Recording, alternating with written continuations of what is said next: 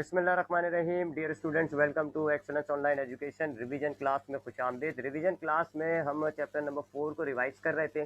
Chapter number 4 का नाम है मोशन इन टू डायमेंशन, और इसमें हमें दो एग्जाम्पल्स को स्टडी करना होता है। पहला होता है प्रोजेक्टाइल मोशन, वो तो हमने कब का स्टडी कर लिया। अब हमने यूनिफॉर्म सर्कुलर मोशन को स्टडी कर रहे थे। तो कल की क्लास में हमने देखा यूनिफॉर्म सर्कुलर मोशन क्या होता है, और फिर हमने देखा कि यूनिफॉर्म सर्कुलर मोशन में दो तरह की क्वांटिटीज़ होती हैं। एक कहलाती हैं लीनियर क्वांटिटीज़ और एक कहलाती हैं एंगुलर क्वांटिटीज़। ठीक है, थोड़ा सा आप उसको समराइज करते हैं, फिर हम आगे बढ़ते हैं। तो मैंने आपको बताया था कि ये जो यूनिफॉर्म सर्कुलर मोशन होते हैं, इनमें दो तरह की क्वांटिटीज़ होती हैं। वैसे देखें, याद रखिएगा, मोशन जब भी आ जाता है, यानी जब भी कोई चीज़ चलना शुरू हो जाती है ना, मोशन आ जाता है, तो उसमें तीन फिजिकल क्वांटिटीज़ होती हैं। एक कहलाती है डिस्प्लेसमेंट, ठीक है जी, एक कहलाती है डिस्प्लेसमेंट, एक कहलाती है वेलोसिटी, और एक कहलाती है एक्सेलरेशन। ये तीनों एक दूसरे यानी एक से दूसरी पैदा हो रही होती है। जब अभी हम मोशन की बात कर रहे हैं, तो ये तीन क्वांटिटीज होती है जब भी कोई ऑब्जेक्ट मोशन में आ जाता है: डिस्प्लेसमेंट, वेलोसिटी, एक्सेलरेशन। डिस्प्लेसमेंट से वेलोसिटी पैदा होती है, वेलोसिटी की तब्दीली से एक्सेलरेशन पैदा होता है।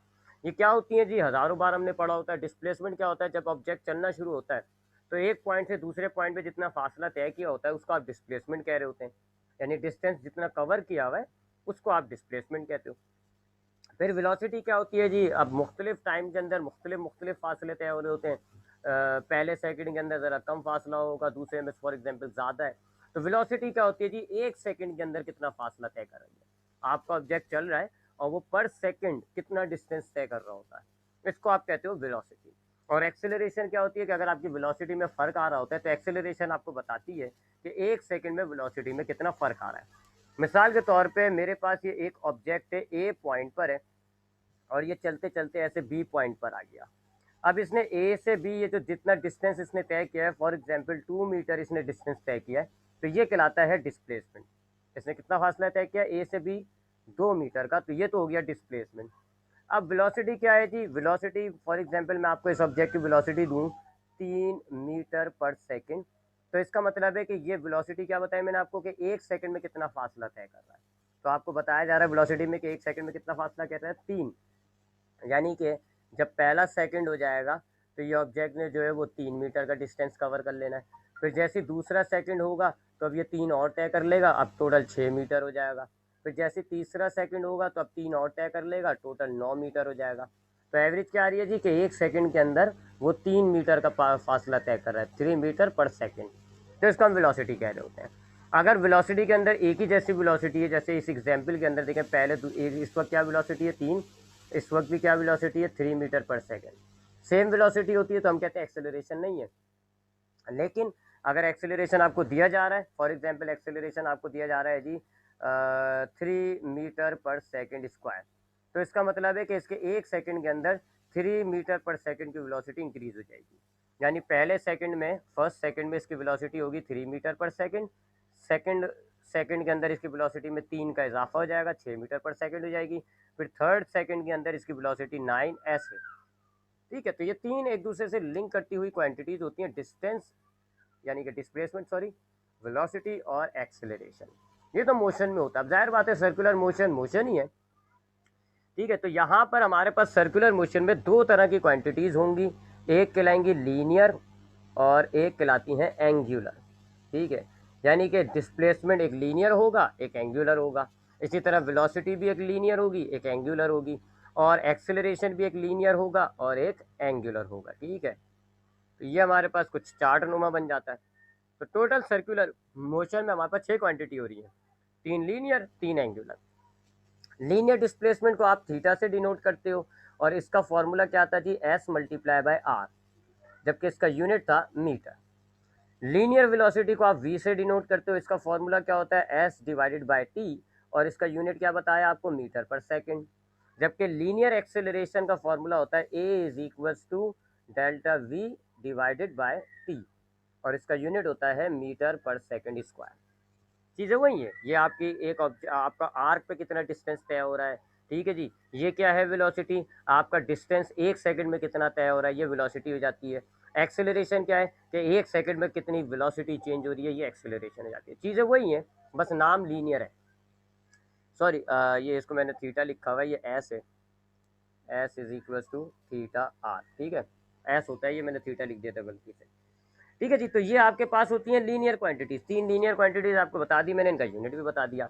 अब एंगुलर के अंदर भी ये तीनों होती हैं, एक होती है एंगुलर डिस्प्लेसमेंट, एक होती है एंगुलर वेलोसिटी, एक होती है एंगुलर एक्सेलरेशन। एंगुलर डिस्प्लेसमेंट क्या होता है, आपका सेंटर से जो एंगल बन रहा होगा उसको आप एंगुलर डिस्प्लेसमेंट कहोगे। एंगुलर वेलोसिटी क्या होती है, एंगुलर डिस्प्लेसमेंट 1 सेकंड में कितना तब्दील हो रहा है, 1 सेकंड में कितना एंगुलर डिस्प्लेसमेंट, कितना एंगल बनता जा रहा है, इसको आप एंगुलर वेलोसिटी कहोगे। और एंगुलर एक्सेलरेशन क्या होता है कि एंगुलर वेलोसिटी में 1 सेकंड के अंदर कितनी तब्दीली आई है, चीज वही है। अच्छा, अब एंगुलर डिस्प्लेसमेंट जो होती है, एंगुलर डिस्प्लेसमेंट का सिंबल होता है थीटा और इसका फॉर्मूला होता है एस डिवाइडेड बाय आर, जबकि इसका यूनिट जो होता है स्टैंडर्ड यूनिट वो रेडियन होता है। वेलोसिटी जो होती है एंगुलर वेलोसिटी, उसको हम ये डब्ल्यू नहीं है, ओमेगा सिंबल है, इससे डिनोट करते हैं और इसका फॉर्मूला होता है थीटा डिवाइडेड बाय टाइम, इसका यूनिट होता है रेडियन पर सेकेंड।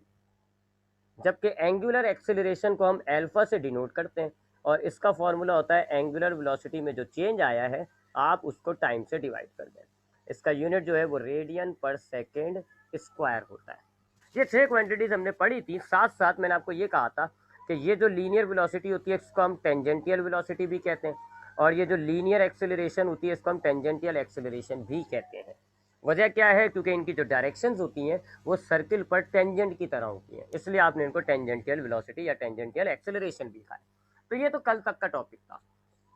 अच्छा, अब हम क्या करेंगे, हम दो ऐसी इक्वेशंस ड्राइव करेंगे, ऐसी इक्वेशंस बनाएंगे जो हमारी लीनियर क्वांटिटीज को एंगुलर क्वांटिटीज से कनेक्ट करें। मिसाल के तौर पे अगर आप पहले फॉर्मूले को देखो, ये वाला जो फॉर्मूला है, ये वाला ऊपर डिस्प्लेसमेंट का क्या है जी, theta is equal to s divided by r. अब इसमें देखें, आप इस फॉर्मूले के अंदर आपके पास दोनों किस्म का डिस्प्लेसमेंट आ रहा है। ये थीटा क्या है, एंगुलर डिस्प्लेसमेंट, थीटा क्या है, एंगुलर डिस्प्लेसमेंट, ठीक है, और एस क्या है, लीनियर डिस्प्लेसमेंट, ठीक है जी। तो इस फॉर्मूले ने तो आपके दोनों डिस्प्लेसमेंट को आपस में लिंक कर दिया। अगर आपके पास एंगुलर डिस्प्लेसमेंट है, आप इस फॉर्मूले की मदद से लीनियर डिस्प्लेसमेंट निकाल सकते हैं, या अगर आपके पास लीनियर डिस्प्लेसमेंट है तो आप उसकी मदद से एंगुलर डिस्प्लेसमेंट निकाल सकते हैं। यानी कि ये दोनों तरह के डिस्प्लेसमेंट तो हमारे पास लिंक हुए हैं इस फॉर्मूले की मदद से। लेकिन अगर हम देखें, वेलोसिटीज हमारे पास किसी भी फॉर्मूले से लिंक नहीं हुई हुई। इस वेलोसिटी में टेंजेंटियल वेलोसिटी है, इस फॉर्मूले में एंगुलर वेलोसिटी नहीं है, इस फॉर्मूले में एंगुलर वेलोसिटी है, टेंजेंटियल वेलोसिटी नहीं है, तो वेलोसिटी लिंक नहीं कर रही है हमारे पास। इसी तरह एक्सेलरेशन के फॉर्मूले भी लिंक नहीं हो रहा है। तो अब हम दो ऐसे फॉर्मूले बनाएंगे जिनके ज़रिए हमारी एंगुलर और लीनियर वेलोसिटी और एंगुलर और लीनियर एक्सेलरेशन कनेक्ट हो जाए। ठीक है, तो एक फॉर्मूला तो आपके पास बना हुआ है, theta is equal to S upon R, जो आपके दोनों तरह के डिस्टेंस को कनेक्ट कर रहा होता है। अब हम जो दूसरा फॉर्मूला बनाएंगे वो ये होता है v is equal to are omega, ये हमने ड्राइव करना है अभी। लेकिन अगर हम इस फॉर्मूले को देखें तो ये v क्या है, v क्या है, लीनियर वेलोसिटी, जबकि ओमेगा क्या है, एंगुलर वेलोसिटी। अब देखें जी, इस फॉर्मूले से आपकी दोनों किस्म की जो वेलोसिटी है वो लिंक हो गई। लीनियर वेलोसिटी पता होगी, अगर आपको एंगुलर वेलोसिटी पता होगी आप लीनियर निकाल लोगे इस फॉर्मूले से, या लीनियर पता होगी तो आप एंगुलर निकाल लोगे। ठीक है, तो ये फॉर्मूला हमने, पहला फॉर्मूला ये ड्राइव करना होगा, और दूसरा फॉर्मूला ये है जी, a is equal to are alpha. अब इस फॉर्मूले को देखो, ए क्या है, लीनियर एक्सेलरेशन, और एल्फा क्या है, एंगुलर एक्सेलरेशन। ठीक है, अब इस फॉर्मूले में आप देखें दोनों एक्सेलरेशन लिंक हो गई, तो ये वाला फॉर्मूला हमें बनाना है। ठीक है, तो हमारा मकसद क्या है, अभी हमारे पास जो है लीनियर के अलग अलग फॉर्मूले हैं, एंगुलर के अलग अलग फॉर्मूले, हम कुछ ऐसे फॉर्मूले बनाना चाह रहे हैं जिनमें ये दोनों क्वांटिटीज आ जाए। तो एक डिस्प्लेसमेंट के लिए हमारे पास पहले से बना हुआ है, theta is equal to S upon R. हमें बनाना है वेलोसिटीज को लिंक करने का फॉर्मूला, ये v is equal to are omega, और एक हमें ये बनाना है a is equal to are alpha. चले जी, सबसे पहले हम ड्राइव करते हैं जी, ड्राइव करेंगे हम ये वाला formula v is equal to are omega, इस फॉर्मूले को ड्राइव करते हैं। इंतहाई आसान है जी, आपके पास एक फॉर्मूला तो है, कौन सा, theta is equal to S upon R. ये फॉर्मूला तो आपके पास पहले से मौजूद है, आर डिवाइड हो रहा है, इसको थीटा के पास ले जाए मल्टीप्लाई हो जाएगा, तो S is equal to R और थीटा। ठीक है, आपके पास ये r डिवाइड हो रहा था, आप इसको इधर लेके गए थीटा के पास, मल्टीप्लाई हो गया। अब आप क्या करें, इस पूरी इक्वेशन को डिवाइड कर दें टाइम से, डिवाइड बाय टाइम। टाइम से आप इस पूरी इक्वेशन को डिवाइड कर दें तो लेफ्ट साइड हो जाएगी s डिवाइडेड बाय t, जबकि राइट साइड हो जाएगी r theta divided bye t। ठीक है जी, आपने क्या करा, पूरी इक्वेशन को टाइम से डिवाइड कर दिया। अब अगर आप ये देखें s upon T, S upon T ये वेलोसिटी के बराबर होता है। ये देख लें जी, ये फॉर्मूला ये रहा, एस अपॉन टी क्या है, वेलोसिटी के बराबर होता है, टेंजेंटियल वेलोसिटी या लीनियर वेलोसिटी। जबकि ये जो थीटा अपॉन टी है ये एंगुलर वेलोसिटी के बराबर होता है। ये देख लें, थीटा अपॉन टी किसके बराबर है, एंगुलर वेलोसिटी के। तो अब हम ये एस अपॉन टी की जगह ये फॉर्मूला यूज़ करते हैं, वी डाल देंगे, आर एज इट इज, और थीटा अपॉन टी की जगह ये वाला फॉर्मूला यूज़ करते हैं और ओमेगा डाल देंगे। यह आपके पास दूसरा फॉर्मूला ड्राइव हो गया, v is equal to are omega. छोटी सी डेरिवेशन है, आसान डेरिवेशन है। आपने क्या किया, ये वाला फॉर्मूला लिया, theta is equal to S upon R, आपने इसको आर को थीटा के पास लेके गए, मल्टीप्लाई हो गया, S is equal to R theta. पूरी इक्वेशन को आपने टी से डिवाइड किया, ये हो गया। अब ये जो एस अपॉन टी है, आपको पता है एस अपॉन टी वी के बराबर होता है, और ओमेगा अपॉन टी ये एंगुलर डिस्प्लेसमेंट या थीटा डिवाइडेड बाय टी जो है वो एंगुलर वेलोसिटी के बराबर होता है। तो ये आपकी इक्वेशन बन गई। अब हम दूसरी इक्वेशन वाली दूसरी वाली ड्राइव कर लेते हैं जी। दूसरी क्या आती है, आपको मैंने लिखवाई है, a is equal to are alpha. ठीक है जी, इस वाली इक्वेशन को हम ड्राइव करने जा रहे हैं, a is equal to are alpha. इसको ड्राइव कर लेते हैं जी। इसके लिए हम यही वाला फॉर्मूला लेंगे जहाँ पे हमारी अभी कहानी रुकी, v is equal to are omega. इस वाले फॉर्मूले को ले लेते हैं। ठीक है, इस वाले फॉर्मूले को हमने दिया, और अब दोबारा इसको डिवाइड करेंगे टाइम से, डिवाइड बाय टाइम। तो लेफ्ट साइड क्या हो जाएगी, v अपॉन टी, और राइट साइड क्या हो जाएगी, आर ओमेगा अपॉन टी।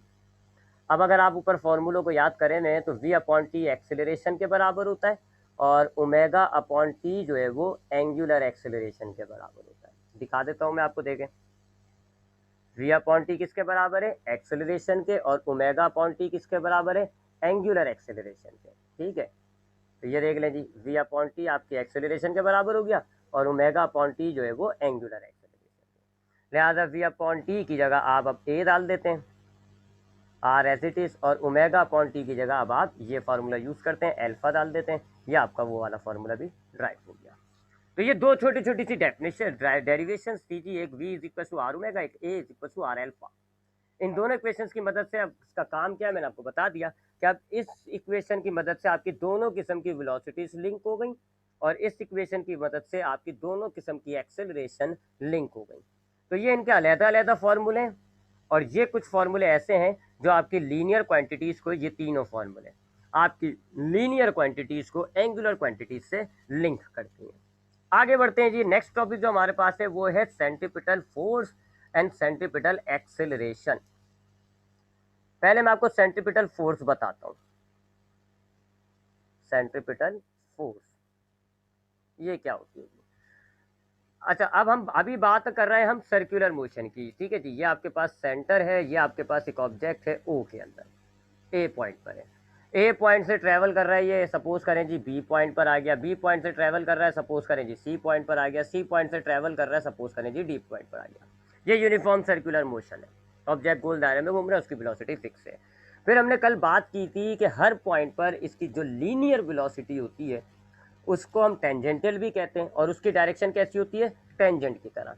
यानी ए पॉइंट पर लीनियर वेलोसिटी डायरेक्शन ऐसी होगी, बी पॉइंट पर लीनियर वेलोसिटी डायरेक्शन ऐसे होगी, सी पॉइंट पर लीनियर वेलोसिटी की डायरेक्शन ऐसे होगी, और डी पॉइंट पर लीनियर वेलोसिटी की डायरेक्शन ऐसे होगी। ये है जी लीनियर वेलोसिटी या टेंजेंटियल वेलोसिटी। तो हमारा ऑब्जेक्ट जो है वो एक गोल दायरे में घूम रहा है, ए बी सी डी तक जाता है। हर पॉइंट पर वेलोसिटी की डायरेक्शन बाहर निकलती हुई है, ऐसे टेंजेंट। तो इसका मतलब यह है कि हर पॉइंट पर आपकी वेलोसिटी ऑब्जेक्ट को सर्किल तोड़कर बाहर निकलना चाह रही है। देखें, ए पॉइंट पर वेलोसिटी डायरेक्शन क्या है, ऐसे, यानी वेलोसिटी चाह रही है आपका ये ऑब्जेक्ट ए पॉइंट पर सर्किल को तोड़ दे और ऐसे बाहर निकल जाए, लेकिन नहीं हो रहा। बी पॉइंट पर वेलोसिटी चाह रही है सर्किल ऐसे तोड़ के बाहर आ जाए, लेकिन नहीं हो रहा, आपका ऑब्जेक्ट गोल घूम रहा है।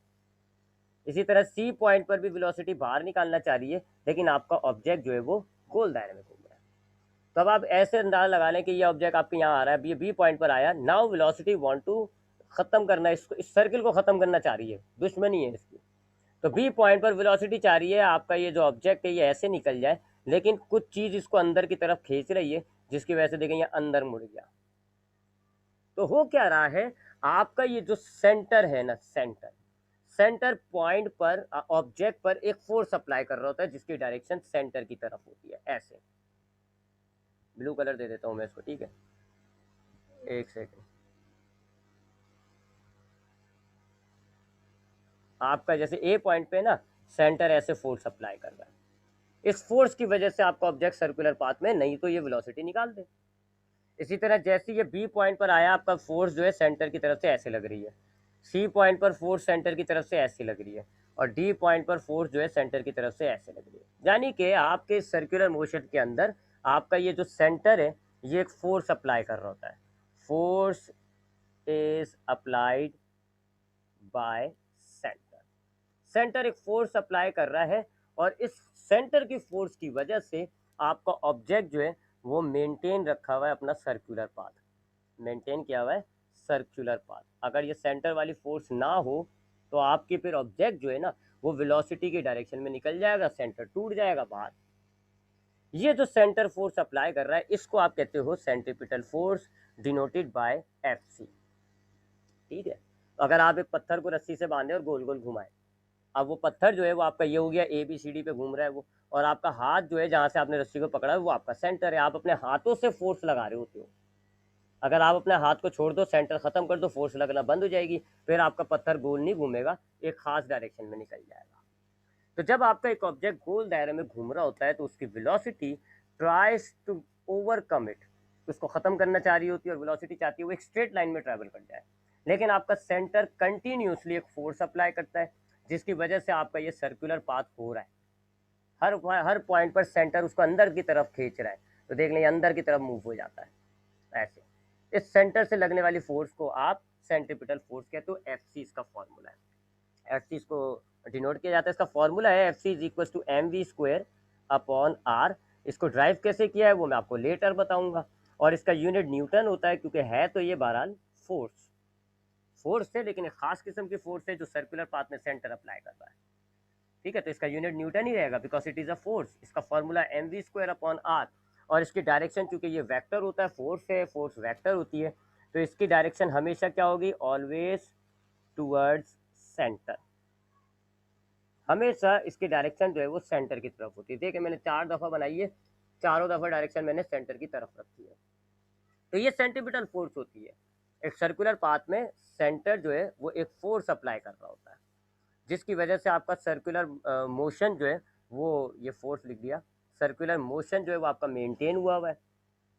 इस सेंटर वाली फोर्स को आप कहते हो सेंट्रीपिटल फोर्स, एफ सी से आप इसको डिनोट करते हैं, इसका formula M we square upon R, इसका यूनिट न्यूटन। चूंकि फोर्स है, वेक्टर क्वांटिटी है, इसकी डायरेक्शन होगी, तो इसकी डायरेक्शन क्या है, it is always directed towards the centre, हमेशा सेंटर की तरफ इसकी डायरेक्शन होती है। अब ये तो आ गया सेंट्रीपिटल फोर्स। अब हम बात करते हैं सेंट्रीपिटल एक्सेलरेशन की, सेंट्रीपिटल एक्सेलरेशन की ये क्या है। हमने पढ़ा कि जब हमारा एक ऑब्जेक्ट गोल दायरे में घूम रहा होता है तो उसके अंदर 2 किस्म की एक्सेलरेशन होती हैं, ये दो, एक ये होती है लीनियर एक्सेलरेशन, एक ये होती है एंगुलर एक्सेलरेशन, है ना, हमने तो यही पढ़ा है, ठीक है। ये 2 एक्सेलरेशन होती है, एक ए होती है, इसका फॉर्मूला होता है वी अपॉन टी, और एक एल्फा यानी एंगुलर वेलोसिटी होती है, इसका फॉर्मूला होता है ओमेगा अपॉन टी। लेकिन नहीं, 2 के अलावा एक और एक्सेलरेशन होगा, इन 2 के अलावा एक और एक्सेलरेशन होता है। ये तो इसके एंगुलर वेलोसिटी की वजह से आ रहा होता है, ये इसकी लीनियर वेलोसिटी या टेंजेंटल वेलोसिटी में अगर चेंज आ रहा होता है तो उसकी वजह से। अगर चेंज नहीं आ रहा तो ये एब्सेंट हो जाएगी, चेंज आ रहा होगा तो ये प्रेजेंट होगी, ठीक है। लीनियर वेलोसिटी हमने इस एग्जाम्पल में, इस सिचुएशन में यूनिफॉर्म करा हुआ है, तो लिहाजा ये एब्सेंट होगी। अब तीसरी किस्म की भी एक्सेलरेशन होती है जिसको हम कहते हैं सेंट्रीपिटल एक्सेलरेशन। अब ये कहाँ से आती है, देखिए जी, हमने सेकंड लॉ पढ़ा है, न्यूटन सेकंड लॉ, मैट्रिक में भी पढ़ा होता है, यहाँ पे भी पढ़ा है। न्यूटन सेकंड लॉ क्या है, force produce acceleration in its own direction. पूरा लॉ अगर मैं पढ़ूं तो force produce acceleration in its own direction which is directly proportional to the applied force and inversely proportional to the mass. लेकिन मुझे सिर्फ 2 लाइनें चाहिए। तो sir Isaac Newton second law में कहते थे फोर्स प्रोड्यूस एक्सेलरेशन, यानी फोर्स की मदद से एक्सेलरेशन पैदा होती है इन इट्स ओन डायरेक्शन, यानी जो फोर्स की डायरेक्शन होती है वो एक्सेलरेशन की डायरेक्शन होती है। यानी अगर आप किसी ऑब्जेक्ट पे ऐसे फोर्स लगाओगे तो इसी डायरेक्शन में एक एक्सेलरेशन पैदा होगा, ऐसे फोर्स लगाओगे तो इसी डायरेक्शन में एक्सेलरेशन पैदा होगा। जहाँ फोर्स होगी वहाँ एक्सेलरेशन होगा, सेम डायरेक्शन के साथ। आपने सुना है कि अगर हमारे पास ये अर्थ है और हमारे पास ये एक ऑब्जेक्ट है हवा में, तो अर्थ इस पर फोर्स लगाता है ऐसे नीचे की तरफ, जिसको आप कहते हो वेट। अब ये फोर्स है, अब सेकंड लॉ के मुताबिक फोर्स प्रोड्यूस एक्सेलरेशन, तो अब यहाँ फोर्स है तो यहाँ जो एक्सेलरेशन प्रोड्यूस हो जाती है उसको हम कहते हैं acceleration due to gravity, acceleration हो जाती है। आपने टेंशन के केसेस पढ़े हैं जी, ठीक है जी। यहाँ पर आपकी जो है वेट होती है नीचे की तरफ, टेंशन होती है ऊपर की तरफ। वेट ज़्यादा हो जाएगा, ऑब्जेक्ट आपका मूव करने लग जाएगा। अब फोर्स आ गई तो एक एक्सेलरेशन भी पैदा हो जाता है, जिसका हमने फॉर्मूला ड्राइव किए थे। तो सेकंड लॉ के मुताबिक जहाँ कहीं फोर्स होगी वहाँ एक्सेलरेशन पैदा होगा सेम डायरेक्शन के अंदर। अब यहाँ देखें जी, सेंटर एक फोर्स अप्लाई कर रहा है, ये सेंटर एक फोर्स अप्लाई कर रहा है, जाहिर बात है फोर्स प्रोड्यूस हो गई, इसका मतलब है अब यहाँ पर एक एक्सेलरेशन पैदा होगा जिसको हम कहते हैं सेंट्रीपिटल एक्सेलरेशन।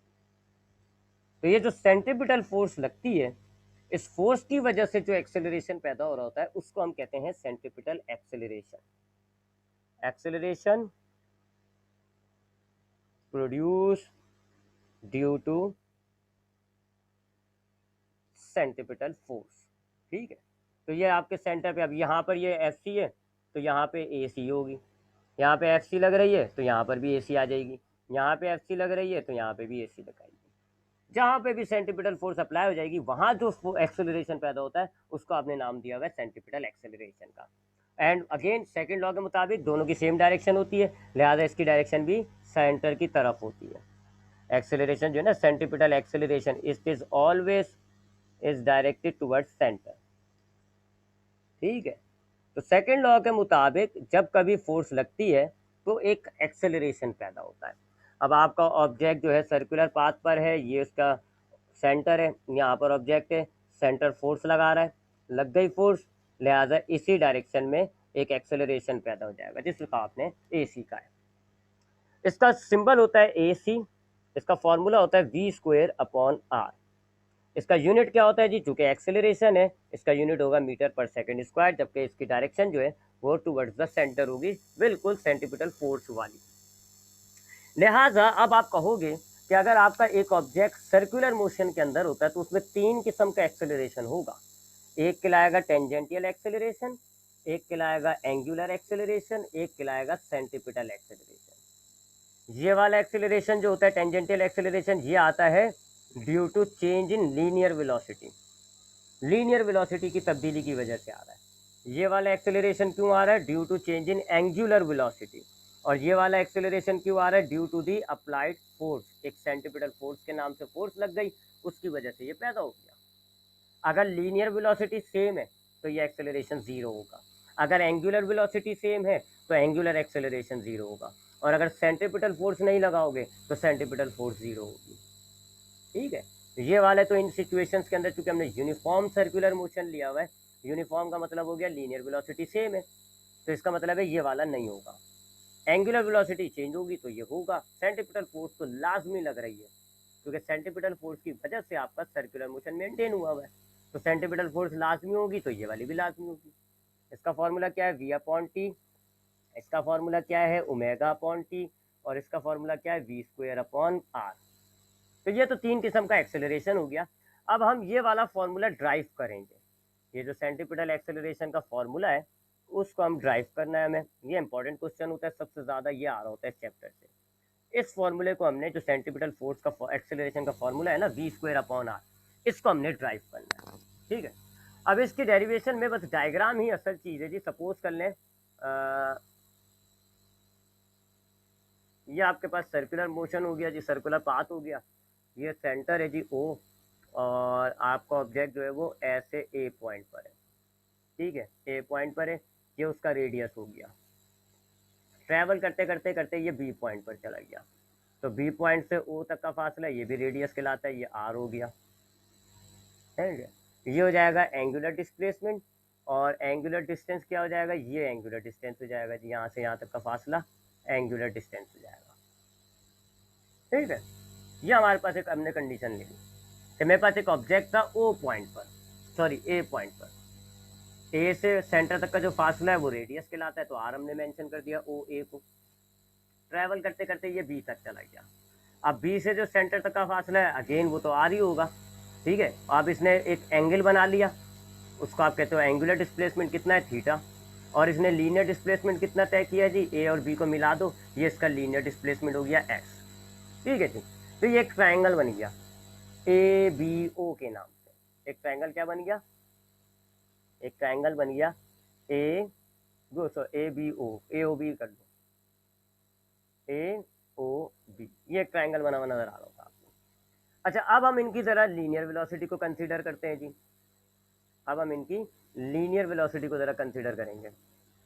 ये एस है जी, यहाँ लिख देता हूँ मैं एस। ठीक है, अब हम लीनियर वेलोसिटी कंसीडर करते हैं। ए पॉइंट पर इसकी लीनियर वेलोसिटी ऐसी होगी, ये v, जबकि बी पॉइंट पर इसकी लीनियर वेलोसिटी कुछ ऐसे होगी, v। ठीक है जी, ये दोनों वेलोसिटी सेम होती है मैग्नीट्यूड के एतबार से। हमने तो पहले कहा यूनिफॉर्म सर्कुलर मोशन, यूनिफॉर्म का मतलब है एंगुलर, ये जो लीनियर वेलोसिटी है ये सेम होगी। यानी अगर ये v 20 तो यहाँ पर भी 20, यहाँ 30 तो यहाँ 30। ठीक है, क्योंकि सेम है इसलिए मैंने v1 v2 नहीं किया, सेम है इसलिए मैंने v कह दिया। अगर अलग अलग होती तो फिर मैं इसको क्या कहता v1, इसको मैं कहता v2, ताकि अलग अलग हो जाए। लेकिन अलग अलग नहीं है, लिहाजा मैंने क्या कहा v1 v2 ये सब एक ही है, v वगैरह वगैरह। ठीक है, तो ए पॉइंट पर इसकी जो लीनियर वेलोसिटी है वो ये आ गई, और बी पॉइंट पर इसकी जो लीनियर वेलोसिटी है वो ये आ गई। मैग्नीट्यूड के एतबार से दोनों पर सेम, दोनों की जो मिकदार है वो सेम है इन दोनों वेलोसिटी की, बट डायरेक्शन में फर्क है। अब इन दोनों रे को, ये जो दोनों आपकी वेलोसिटीज हैं, इनको अगर हम सेपरेट लेकर, क्योंकि फ्री वेक्टर्स होते हैं, आप अगर आप ट्राइंगल बनाओ तो ये आ गया v, ये वाला v। ठीक है, और इस वाली v को बना लेते हैं हम, तो ये आ गया जी दूसरा v। ठीक है जी, और इन दोनों को मिला देंगे, अगर हम इन दोनों को मिला दें तो ये हो जाएगा डेल्टा v, डेल्टा v। ठीक है, यानी कि इन दोनों का चेंज, इन दोनों के दरमियान ये जो एंगल है ये आपके इसी एंगल के यानी कि थीटा के बराबर होता है। ज्योमेट्रिकल कवानीन के मुताबिक अगर आप इन दोनों रेस को लेके एक सेपरेट ट्राइंगल बनाओगे तो इन दोनों रेस के दरमियान एंगल इतना ही होगा। ठीक है, क्योंकि ये पॉइंट टेंजेंट है। ठीक है, यानी कि यहाँ से यहाँ रेडियस और इस वेलोसिटी के दरमियान 90 का एंगल है। इसी तरह रेडियस और इस वेलोसिटी के दरमियान ये भी टेंजेंट है, तो टेंजेंट और रेडियस के दरमियान 90 का एंगल होता है, याद रखिएगा। तो अब ये वेलोसिटी देखा जाए तो टेंजेंट है, ये रेडियस है 90, ये और ये देखा जाए तो 90, दोनों के दरमियान सेम एंगल है, इसका मतलब है इन दोनों के दरमियान भी सेम एंगल होगा, तो थीटा कर दिया आपने। तो ये दूसरा ट्राइंगल हो गया आपके पास, इसको नाम देते हैं पी क्यू आर का। तो ये दूसरा ट्राइंगल हो गया ट्राइंगल पी क्यू आर। दो ट्राइंगल्स आपके पास होता है। तो पहले आपने कहा जी कि आपका ऑब्जेक्ट ए से ओ के दरमियान गया, ए से लेके बी तक गया, इस दौरान आपने एक ट्राइंगल बना लिया ये वाला ए ओ बी। ओ ए कितना है रेडियस, ओ बी कितना है रेडियस, बी ए कितना है एक्स। फिर आपने इनकी लीनियर वेलोसिटी ली और उनको कोने में ले जाके उनका भी एक ट्राइंगल कंप्लीट कर लिया, ये वी, ये वी, इसको हम यहाँ लिख देते ना वी।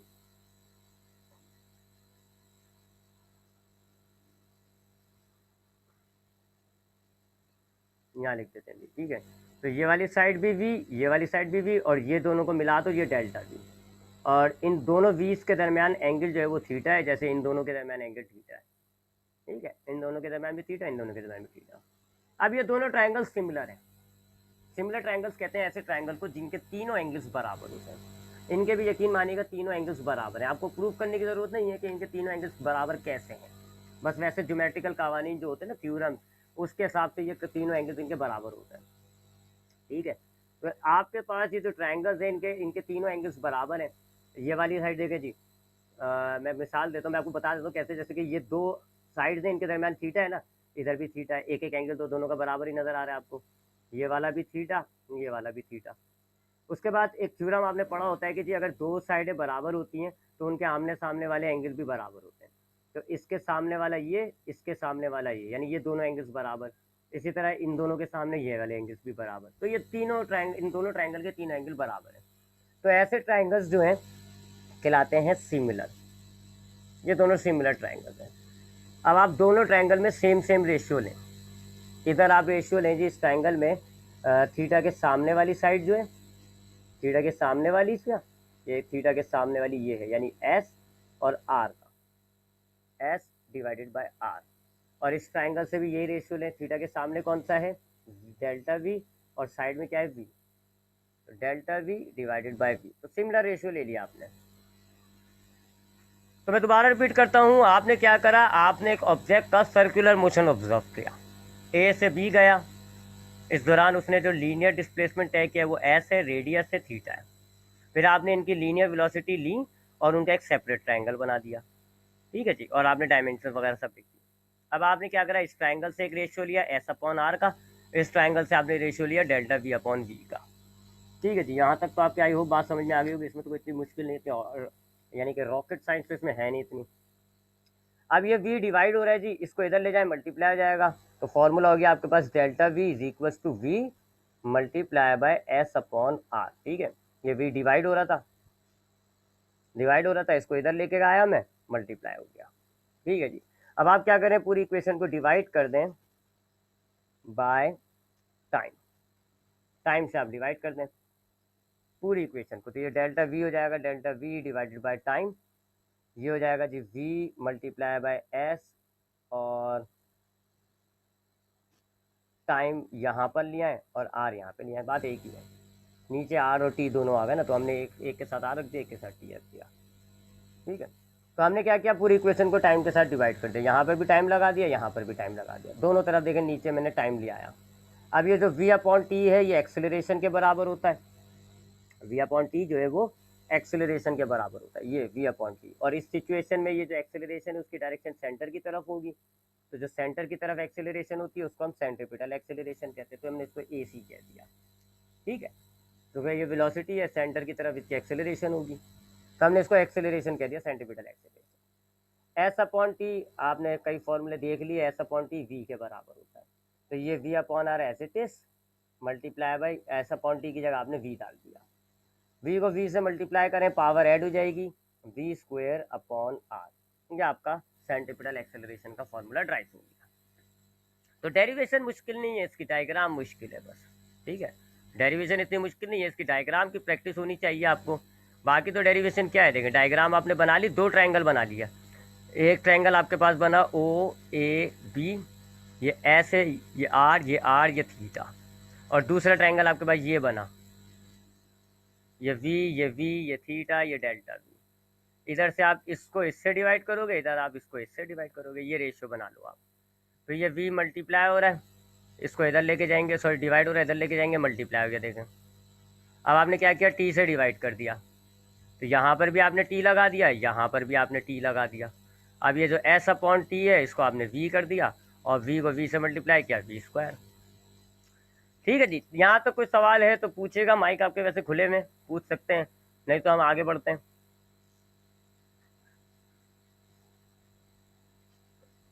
अच्छा 5 मिनट रहते हैं बस, एक दो और टॉपिक पढ़ाते हैं। अच्छा अब ए सी का तो हमने एक फॉर्मूला ये बना लिया, a c is equal to v square upon r. एक और फॉर्मूला बना सकते हैं, हम बनाते हैं जी। हमने अभी ऊपर आज की क्लास में इक्वेशन ड्राइव की थी, V is equal to are omega.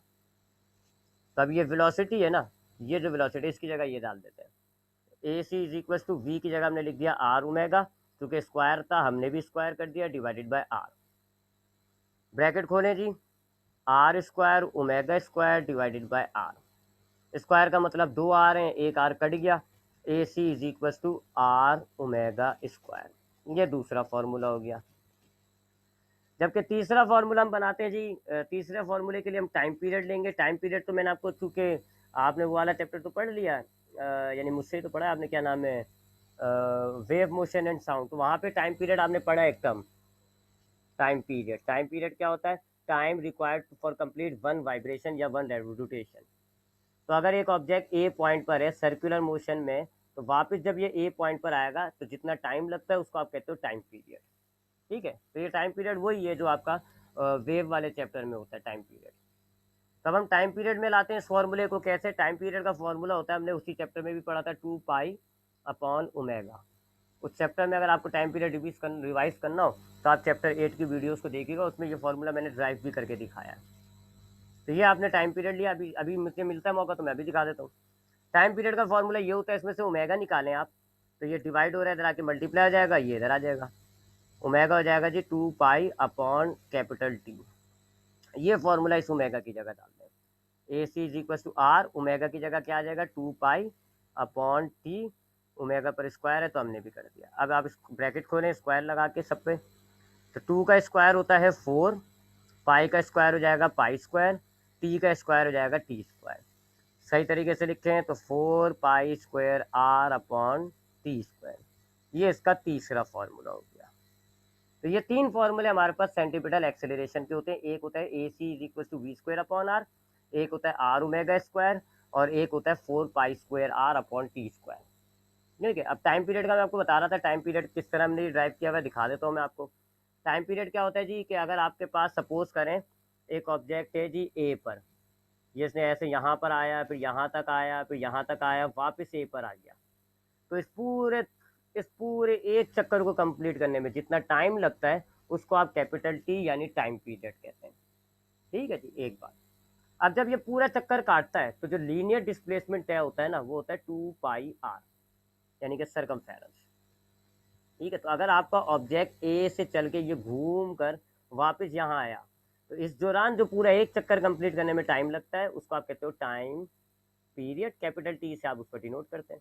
और ज्योमेट्री के मुताबिक अगर एक ऑब्जेक्ट पूरा एक सर्किल कंप्लीट करता है तो उसका डिस्टेंस कितना होता है 2 पाई आर। अच्छा, अब थीटा का फॉर्मूला क्या है जी, 2 पाई, थीटा का फॉर्मूला क्या है जी, एस अपॉन आर, एस डालें इस फॉर्मूले में, एस ये रहा 2 pi R divided by R, R से आर कट गया तो एंगुलर डिस्प्लेसमेंट कितना हो गया 2 पाई, ये एंगुलर डिस्प्लेसमेंट हो गया। पूरा एक चक्कर लगता है तो हम टाइम को कैपिटल टी यानी टाइम पीरियड कहते हैं। अब वेलोसिटी का फॉर्मूला लेते हैं जी, वेलोसिटी का फॉर्मूला एंगुलर वेलोसिटी का फॉर्मूला होता है जी theta divided by time, values डालते हैं। एंगुलर वेलोसिटी का फॉर्मूला होता है थीटा कितना है 2 पाई, और स्मॉल टी कितना है हमारे पास टाइम पीरियड कैपिटल टी, ये आ गया वही ओमेगा का फॉर्मूला, टाइम उधर ले जाए तो T is equal to 2 pi upon omega, ये आपका वही टाइम पीरियड का फॉर्मूला आ गया जो मैंने आपको यहाँ लिख के दिया हुआ है। यहाँ आपका चैप्टर कंप्लीट हो जाएगा। आपने इस चैप्टर में बहुत कुछ देखा है जी, बहुत फार्मूले आए हैं, बहुत जिसे कहते हैं। थोड़े से समराइज अगर हम करें तो प्रोजेक्टाइल में जो हमारे पास फॉर्मूले आए, एक था जी वी एक्स का फॉर्मूला, क्या होता है जी वी ओ कॉस थीटा। इसी तरीके से एक होता है वी वाई का फॉर्मूला, वो क्या होता है जी V O sine theta. Initial final की बात आपको बता चुका हूँ, एक्सेलरेशन होती नहीं है हॉरिजॉन्टल में, वर्टिकल में होती है जी। रेंज का हाइट का फॉर्मूला आया था V square sine square theta divided by 2g। Time का फॉर्मूला हमने निकाला था V O sine theta divided by G. Range का हमने फॉर्मूला निकाला था V O square sine 2 theta divided by G. ठीक है जी, और सर्कुलर मोशन के अंदर टाइम, अगर क्लास का टाइम खत्म हो जाए ना तो ज्वाइन मत करिएगा, ठीक है। सर्कुलर मोशन में आपके साथ बहुत सारे फॉर्मूला है, लीनियर के अलग, सेंटीमीटर के अलग। मिक्सअप फॉर्मूले देखें तो v is equal to are omega, A is equal to are alpha, A C का फॉर्मूला है वी स्क्वायर अपॉन आर। इसके अलावा एक और फार्मूला है क्या जी, आर ओमेगा स्क्वायर। एक फार्मूला ए सी का और है जी क्या, 4 pi square R upon T square. जबकि एफ सी का फॉर्मूला आपके पास आया था M we square upon are.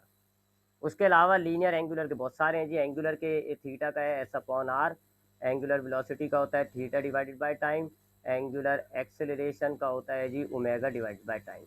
Time period का फॉर्मूला ध्यान में रख लिएगा 2 पाई अपॉन ओमेगा। ये सारे फॉर्मूले न्यूमेरिकल्स के लिए याद करने होंगे। कोई सवाल है तो पूछे, नहीं तो हम अपनी क्लास को